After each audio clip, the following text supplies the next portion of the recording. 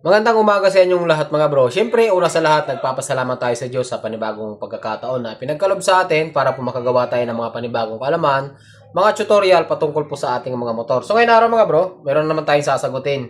So ang tanong na ito ay galing kay Anix Ong. Ayan. Ang tanong kasi dito ni bro, topic ka naman ng paano malalaman ang half-wave stator na ground na paano i-check yan bro. So ayan yung sasagutin natin ngayong araw. At syempre mga bro, bago natin umpisan yung ating video, yung mga bago pa lang po dito sa ating channel at kung interesado ka sa tanong ni bro, baka parehas din ang tanong nyo, huwag nyo pong kalimutan mag-subscribe and hit the notification bell para po palagi kayong updated tuwing mag-upload po tayo ng mga panibagong tutorial. Tara!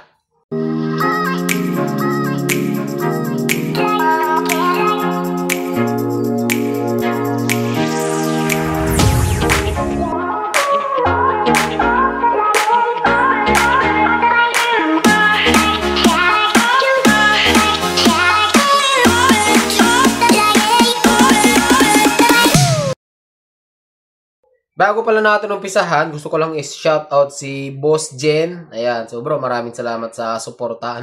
At ayun na nga kay JR Aguilar. Ayan, so sasagutin din natin yung tanong nito ni bro tungkol sa Euro 150. Ayan, yung namamatay daw. So sa susunod na natin mga bro. So dun sa mga gustong magtanong pa, ayan, paki-comment lang mga bro dito at pag-uusapan po natin yan. So ulitin natin yung tanong ni bro, itong problema niya kay Anix Ong. Ayan, so shout out ulit bro. Ang tanong dito ni bro, ulitin ko lang, bro, topic ka naman ng paano malalaman ang half-wave stator na ground na.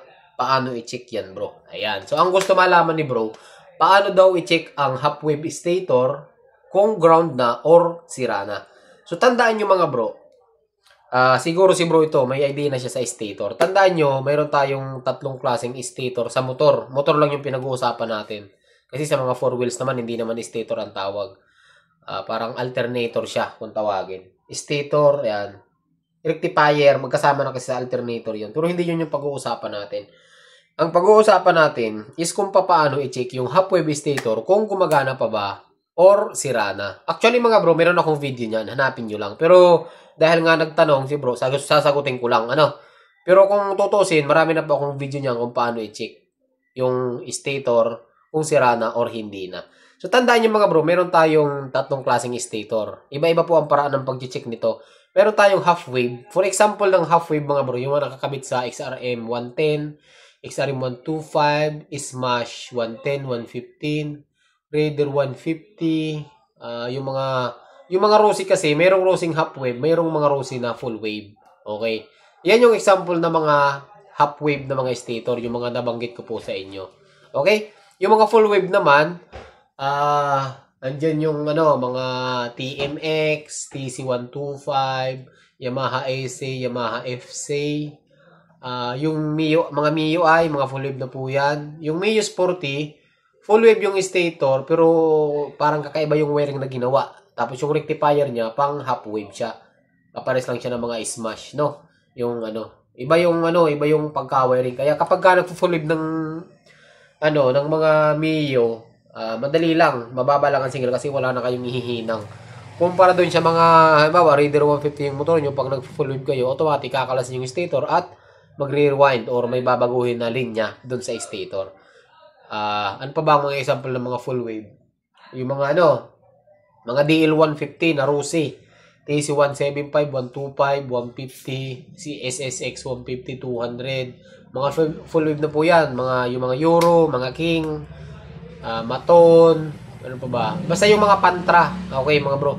Malimit sa Pantra, naka full wave na. Pero yung TMX 155, hindi po naka full wave yun. Okay? Yung Barako, hindi rin siya naka full wave. Ano pa ba? Yung YTX kasi naka full wave po yun. YTX, tsaka STX. Yung Thunder naman, yung Suzuki Thunder, 3-piece po yun. Ayun. Yun yung mga example ng mga naka full wave na. Yung mga naka 3-phase naman, kasi full wave, half wave, tsaka yung 3-phase, ayun yung mga Supremo. Yun yung makikita nyo, minsan tatlong dilaw. Okay, tatlong dilaw. Minsan tatlong itim, tatlong dilaw. Supremo, Sigma 250, Z200, kung di ako nagkakamali. 3-piece din po yun. Ano pa ba?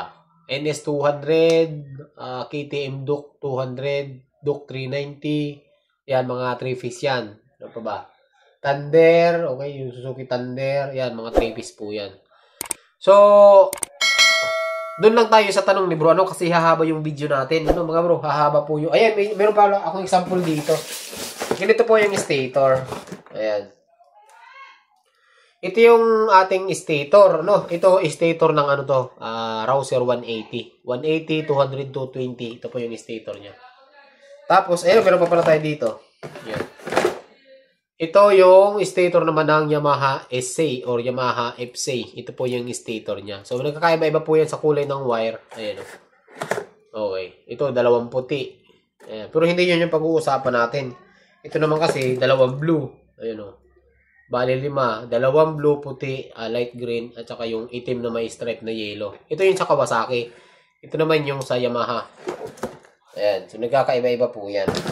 So, ang tanong kasi ni bro, para maikli lang, kay Annex Ong. Yung bro, ano? Ulitin ko, maraming salamat bro sa pagtanong. Ang kailangan dyan bro, meron po kayong test light or tester. Pero kung wala naman kayong gamit na tester or test light, meron naman paraan. Okay? Meron pong paraan. So, ulitin natin yung tanong ni bro. Paano malalaman ang half wave stator na ground na? Paano i-check? Yan, bro. Okay, malimit yan mga bro, dun sa half wave na stator.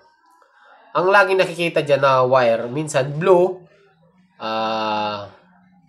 yung pulser, yung ground, at saka yung light coil, at saka yung charging coil. Malimit po yan. Kulay pula, ay kulay dilaw, at saka kulay puti. Yun lagi ang laging i-check nyo yan.